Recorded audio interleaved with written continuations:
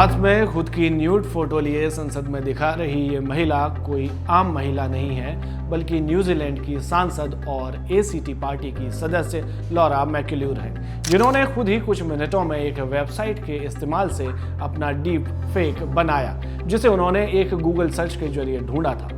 14 मई को संसद सत्र के दौरान एक बहस छिड़ी तो लॉरा ने अपना वही फोटो ब्लर करके सबके सामने दिखा दिया।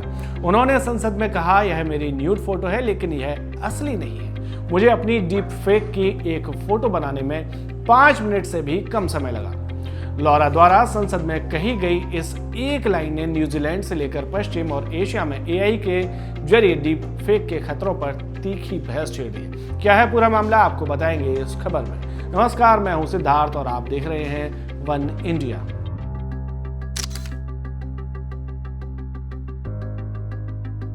संसद में दिए गए इस बयान के बाद लॉरा ने सोशल मीडिया पर एक वीडियो में कहा, मैंने संसद के अन्य सभी सदस्यों का ध्यान इस ओर खींचा कि ऐसा करना कितना आसान है, कितना घटिया और कितना नुकसान पहुंचा रहा है, खासकर हमारे युवा न्यूजीलैंड वासियों के लिए और विशेष रूप से हमारी युवा महिलाओं के लिए। उन्होंने यह भी कहा कि समस्या टेक्नोलॉजी नहीं है, बल्कि इसका दुरुपयोग है, जो लोगों को प्रताड़ित करने के लिए निरंतर किया जा रहा है। लिहाजा हमें इस पर कानून बनाने की जरूरत है। मैकल्यूर ने आगे कहा कि वे फोटो दिखाने के लिए पूरी तरह से डरी हुई थी, लेकिन उन्हें लगा कि डीप फेक का शिकार बनने से बचने के लिए नए कानूनों को आगे बढ़ाने के लिए यह जरूरी था। दरअसल न्यूजीलैंड में मौजूदा वक्त में कानून सीधे तौर पर डीप फेक को कवर नहीं करते हैं। हालांकि डिजिटल कम्युनिकेशन के जरिए होने वाली समस्या या प्रताड़ना के लिए कुछ नियम मौजूद हैं, जो काफी नहीं है। इसलिए लॉरा अब deep fake digital harm and exploitation bill के प्रस्ताव का समर्थन कर रही हैं। यह पॉर्न और निजी पलों की रिकॉर्डिंग के आसपास मौजूदा कानूनों को अपडेट करेगा। बिना सहमति के डीप फेक बनाना या साझा करने को अपराध बना देगा। यह पीड़ितों से जुड़ी अश्लील सामग्री को इंटरनेट से हटाने और मुकदमों में न्याय मांगने के तरीके भी देगा। न्यूजीलैंड के एक्सपर्ट्स का कहना है कि ज्यादातर डीप फेक पॉर्न या डीप फेक सेंसिटिव पिक्चर्स और वीडियो बिना सहमति के बनाए जाते हैं और लगभग सभी पॉर्न या अश्लील फोटो महिलाओं की होती है। इस समस्या को देखते हुए मैकल्यूर को उम्मीद है कि उनका काम कानूनी सुधारों को गति देने में मदद करेगा। एक अन्य पोस्ट में उन्होंने लिखा, किसी को भी डीप फेक पॉर्न का निशाना नहीं बनाया जाना चाहिए, खासकर उनकी सहमति के बिना इसका इस्तेमाल नहीं होना चाहिए। यह बेहद घटिया है। हमारे कानून आगे बढ़ नहीं पाए हैं और इसे बदलने की अब जरूरत है।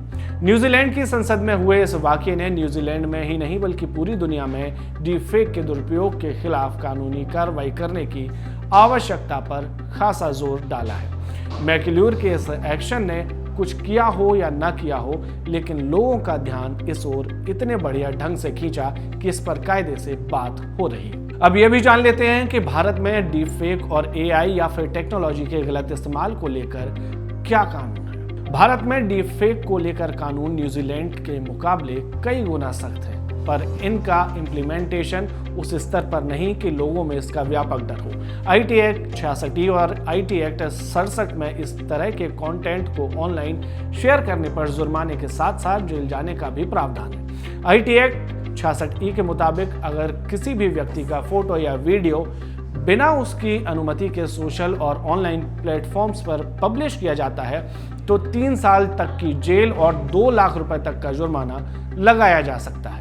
यहाँ तक कि बिना परमिशन के किसी का भी फोटो खींचना भारत में अपराध की श्रेणी में आता है। साथ ही यदि किसी का कोई डीप फेक या असलियत में आपत्तिजनक फोटो या वीडियो वायरल हो जाता है तो वह आसानी से इनको हटवा भी सकता है। लेकिन इसका स्याह पक्ष यह भी है कि कड़े कानून होने के बावजूद भारत में आए दिन डीप फेक से जुड़े मामले सामने आते रहते हैं, जिनमें लोग आम से लेकर खास तक होते हैं।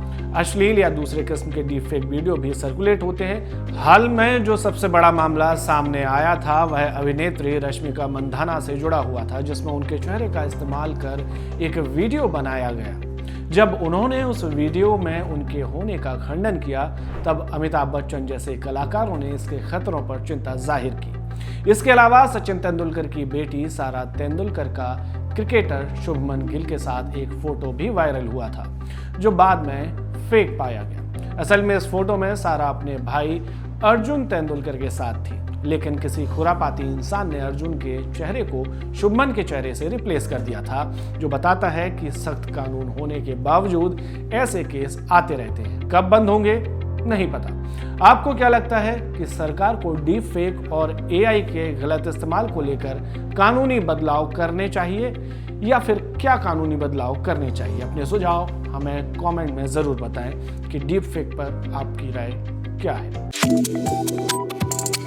Subscribe to One India and never miss an update.